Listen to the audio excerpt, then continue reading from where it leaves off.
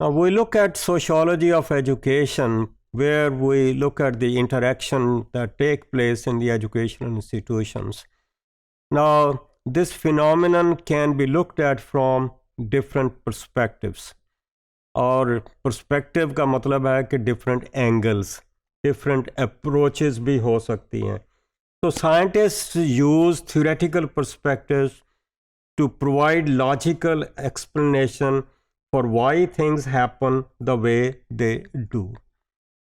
ये अप्रोच की बात आ रही है कि अगर एक ख़ास अंदाज से इंटरेक्शन टेक्स प्लेस तो उसका how do we explain.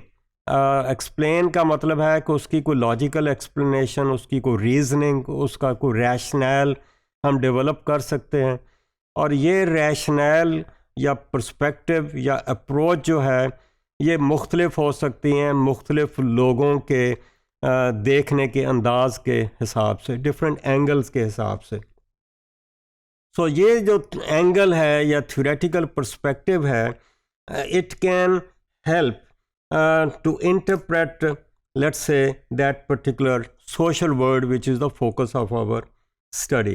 So it can provide the guidelines, it can provide a particular theoretical approach for understanding that, let's say, situation in the educational institutions.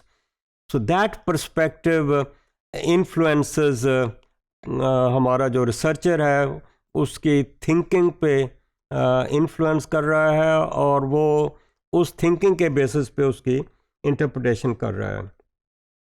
अब ये हम अगर सोशियोलॉजी की बात करें तो सोशियोलॉजी में एक से ज़्यादा पर्सपेक्टिव हैं और ये पर्सपेक्टिव जो हैं इनको यूज़ करते हैं हमारे sociologist to look at the things the way they are happening and why are they happening the way they are happening.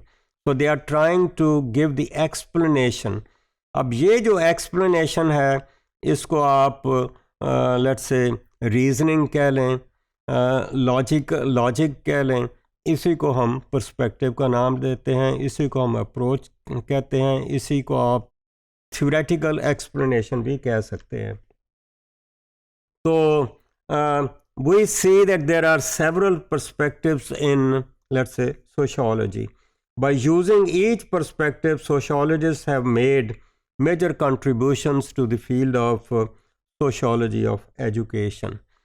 तो एक तो ये बात हो गई कि मुख्तलिफ perspectives हैं और उन perspectives को लेकर हम चलें तो एक बड़ा पर्सपेक्टिव है जिसको हम फंक्शनलिस्ट कहते हैं. तो ये फंक्शनलिस्ट पर्सपेक्टिव ऐसा ही है जैसे कि हम ह्यूमन बॉडी की बात करें तो इसके डिफरेंट पार्ट्स हैं जो कि हेल्प करते हैं एक दूसरे को, वो फंक्शन करते हैं इंडिविजुअली लेकिन हेल्प करते हैं to the functioning of the whole body. तो we see that functioning heart and brain are necessary for the survival of the human beings. तो इसी तरह हम ये देखते हैं कि एजुकेशन सिस्टम जो है ये भी part of the bigger less system of society है और इस एजुकेशन का भी एक इम्पॉर्टेंट फंक्शन है for the functioning of that society, for the survival of that society, for the continuation of that particular society. So this is why it might be considered as functionalist approach. और ये एक बड़ी major approach है इन sociology. तो यहाँ पर भी हम देखें जिस तरह ह्यूमन बॉडी में डिफरेंट पार्ट्स हैं, सोसाइटी के भी डिफरेंट पार्ट्स हैं, डिफरेंट इंस्टीट्यूशंस हैं, जस्ट लाइक फैमिली है, जस्ट लाइक रिलीजन है, एजुकेशन है, पॉलिटिक्स है, इकोनॉमिक्स है, हेल्थ केयर है.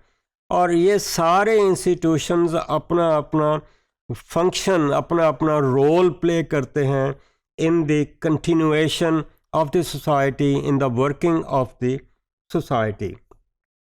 और जब ये कंटिन्यू करते हैं अपना अपना रोल तो हम ये कह सकते हैं कि ये सारे इंस्टीट्यूशंस आपस में जुड़े हुए हैं, आपस में इंटरडिपेंडेंट हैं जिस तरह के ह्यूमन पार्ट्स जो हैं वो ह्यूमन बॉडी की फंक्शनिंग में लेट्स से हेल्प करते हैं. So interdependence maintains order and consensus among individuals in the groups. और अगर ये consensus नहीं है तो फिर इसमें ऑर्डर नहीं रहेगा, इसमें डिसऑर्डर हो जाएगा, इसमें डिसफंक्शनिंग की बात आ जाती है. ऑर्गेनाइजेशन की बजाय हम डिसऑर्गेनाइजेशन की बात करते हैं. तो इसलिए ये जो सारे इंस्टीट्यूशंस हैं ये एक दूसरे को हेल्प करते हैं, फंक्शनिंग करते हैं. So we see this system which can change as helping the system to continually adapt to new circumstances. Environment में changes आती हैं और इन environment में changes को cope करने के साथ ये education system भी change होता है, इसमें भी changes आती हैं. लेकिन ये change जो है फंक्शनलिस्ट अप्रोच में रेवोल्यूशनरी चेंज नहीं है, एवोल्यूशनरी है. ये आहिस्ता आहिस्ता आती है, स्लो प्रोसेस से चलती है. तो we see that this education system helps in integrating the whole society. तो इसका जो फाउंडर है, जैसे कि पहले बताया, इमाइल डरखाइम है, उसने ये फंक्शनल किस्म की अप्रोच दी एजुकेशन को समझने के लिए. तो he was the first person to recommend that sociological approach be use to study the education, and he outlined the importance of education in creating the moral values as the foundation of society. Moral values होंगे तो society जो है उसमें order आएगा, उसमें organisation होगी. तो ये ऑर्डर की वजह से फिर उसमें यूनिटी आएगी, कोहेसिवनेस आएगी और उसका फोकस जो है ऑन सोशल सॉलिडारिटी है. तो इस तरीके से sociology is perpetuated through the teaching of moral values in its educational institution which instils values in the children. और यहाँ पर ये जो वैल्यूज़ की हम इनकलकेशन की बात कर रहे हैं, उसकी बड़ी एग्ज़ाम्पल हमें मिलती है कि डिसिप्लिन द क्लास. और अगर क्लास में डिसिप्लिन नहीं होगा, क्यास होगा, तो ये क्लास फंक्शन नहीं कर सकेगी. तो therefore we see that discipline is the morality of the classroom, and without it there will be, let's say, chaos, there might be a mob kind of thing, it won't work. So that's where we look at sociological research makes its contribution, and this research जो है functional school of thought के मुताबिक it helps in building theories, और उसमें फिर counter theories भी आ जाती हैं. functionalism की theories आती हैं, उसके counter theories आ जाती हैं, उसके basis पर policies भी बनती हैं, and then we find solutions to different problems in the society.